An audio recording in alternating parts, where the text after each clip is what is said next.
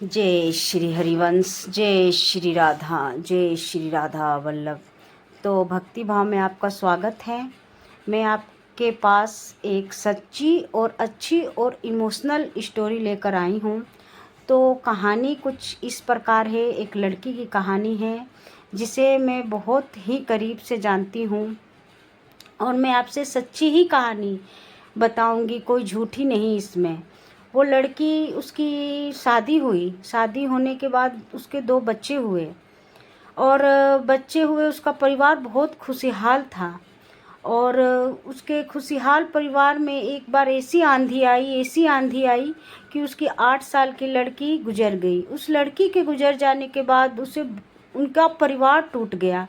उनका परिवार टूट गया, फिर भी वो लोग हिम्मत नहीं हारे और भगवान को छोड़े नहीं, भगवान को कोसे नहीं। मैं उसी समय उनके दुख घड़ी में मैं उनसे मिलने गई थी, इसलिए कि मैं उनको करीब से जानती हूँ। तो उसी दुख घड़ी में मुझे उनके पति से मुलाकात हुई और उसी 2 घड़ी में मैंने उनमें भगवत भाव का दर्शन किया। इंसान को जानने के लिए 2 घड़ी ही काफ़ी है, या तो पूरा समय लगा दो, नहीं जान पाओगे। उसी 2 घड़ी में मैंने उनको समझा। उसी 2 घड़ी में, उसी दुख के घड़ी में उन्होंने भगवान पे दोष नहीं डाला, इसलिए कि वो खुद भागवत करता थे। उन्होंने कहा कोई मेरे ऐसे कर्म होंगे जो मुझे प्रभु ने ऐसा किया, और उन्होंने नहीं। फिर उन्होंने, उनका सारा कार्यक्रम हुआ। उसके बाद उनका समय निकलता गया, गुजरता गया, और वो अपने दुखों के साथ लोगों से मिलते रहे, अपने दुखों को छिपाते हुए। उनकी फैमिली अपने दुखों को छिपाते हुए आगे बढ़ती रही, आगे बढ़ती रही। हंसी खुशी जैसा उनका वातावरण रहा, जैसा उन्होंने चलाया वैसा चलता रहा। वो भागवत करते रहे, ना उन्होंने भगवान का साथ छोड़ा, ना भगवान ने उनका साथ छोड़ा। ये ऐसी स्टोरी है। और भगवान ने भी उनका साथ नहीं छोड़ा। और एक दिन ऐसा चमत्कार हुआ, एक दिन मैंने उनकी स्टोरी देखी। वो किसी के पास फ़ोन भी नहीं करते। भागवत जो होते हैं वो जल्दी अपना टाइम इधर उधर वेस्ट नहीं, वो अपने काम में व्यस्त रहते हैं। तो एक बार मैंने उनकी स्टोरी देखी, छोटी सी, अभी 6 महीने की ही बात है। उनको काफ़ी लोग जानते हैं इसलिए कि वो भागवत करता है। तो देखी, मैंने कहा हो गई इनको भागवत, इन पे प्रभु की कृपा हो गई। प्रभु दुख देते हैं तो सुख भी देते हैं।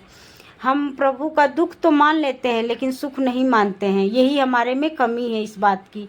जैसे हम दुखों को अपना मानते हैं, वैसे जैसे हम सुखों को अपना मानते हैं, वैसे हमें दुखों को भी अपना ही मानना चाहिए। तो वैसे ही उनके घर में एक लड़की आई। वो लड़की कहाँ से आई, कैसे आई, वो उनको कहीं मिली। वो स्वयं राधा रानी उनके घर पधारी, स्वयं माता रानी उनके घर पधारी। आपको पता है, संतान का कष्ट ना बहुत बड़ा कष्ट होता है। इंसान के ज़िंदगी में यही सबसे बड़ा कष्ट होता है, संतान दुख। तो उनके संतान दुख का निवारण हुआ। प्रभु ने उस संतान दुख का उनका निवारण किया। उनके घर में वो कन्या आई वापस। उस कन्या रूप के वो लोग उस कन्या को बहुत मानते हैं। अब उनकी वाइफ को ये अंदर से ये नहीं खलता है।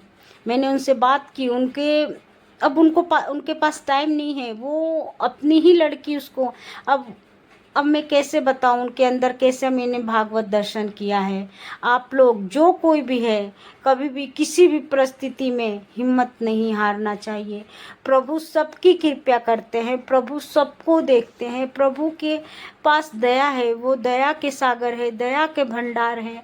प्रभु किसी को खाली नहीं छोड़ते। सिर्फ हमारे कर्म, हमारे लालच, हमारा लोभ, यही हमारा दुख का कारण बनता है। वो फैमिली ऐसे 15 साल निकाली अपने दुखों के साथ, प्रभु ने उनका निवारण किया।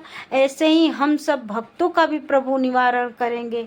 श्री प्रभु का नाम और प्रभु को याद करें हम। वो प्रभु दया के सागर है, वो क्षमा के गागर हैं, वो भक्ति स्वरूप है।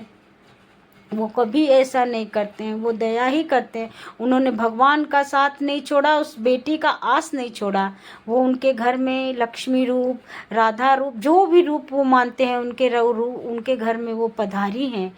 जय श्री राधे कृष्ण। उन पे उनकी कृपा बरसी है। राधे राधे कृष्ण कृष्ण, राधे राधे कृष्ण कृष्ण।